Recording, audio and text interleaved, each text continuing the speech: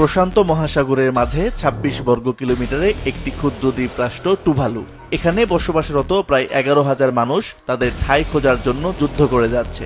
এর পেছনে একমাত্র কারণ জলবায়ুর পরিবর্তনে ক্রমবর্ধমান সমুদ্রের পৃষ্ঠ ও লবণাক্ত পানির উচ্চতা বৃদ্ধি।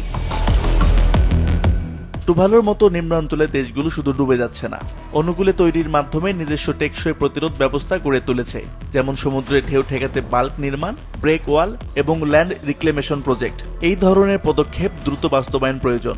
এদিকে বিজ্ঞানীরা আশঙ্কা করছেন ২০৫০ সালের মধ্যে টুভালুর রাজধানী ফুনাফুতির অর্ধেক ডুবে যেতে পারে, আর ২১ শতকের শেষে প্রায় ৯৫% ভূমি হারিয়ে যেতে পারে। Land, our ocean, our culture are the most precious assets of our people. And to keep them safe from harm, no matter what happens in the physical world, we'll move them to the cloud. টুভালুর সরকার নাগরিকদের উপর চাপিয়ে দিচ্ছে virtual রাষ্ট্রের ধারণা। ভূমির অবসান ঘটলেও জাতির সংস্কৃতি ও রাজনৈতিক পরিচয় বজায় থাকবে একটি অনলাইন প্ল্যাটফর্মে। ২০২৩ সালে সংবিধান সংশোধনী এনে বলা হয়েছে টুভালু তাদের ভবিষ্যৎকালেও রাষ্ট্রতত্ত্ব স্থায়ী রাখবে, যদিও তাদের ভূমিক্ষেত্র হারিয়ে যায়। সমুদ্র সমপৃষ্ঠের উচ্চতা যদি বৃদ্ধি পায়, তাহলে উপকূলে যে অঞ্চলগুলো রয়েছে তাদের ভূমিক্ষয় বৃদ্ধি পাবে, লবণাক্ততা বৃদ্ধি পাবে, কৃষি ভূমি তার কৃষি যে চাষবাদ সেটার পরিবর্তন হবে এবং মানুষ তার আবাসস্থল স্থানান্তর করবে।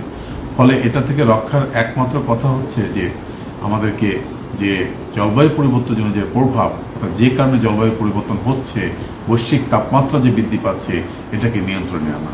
নিয়ন্ত্রণ আনার জন্য এটা একটা বৈশ্বিক বিষয়, এটা কোনো একক দেশের বিষয় নয়।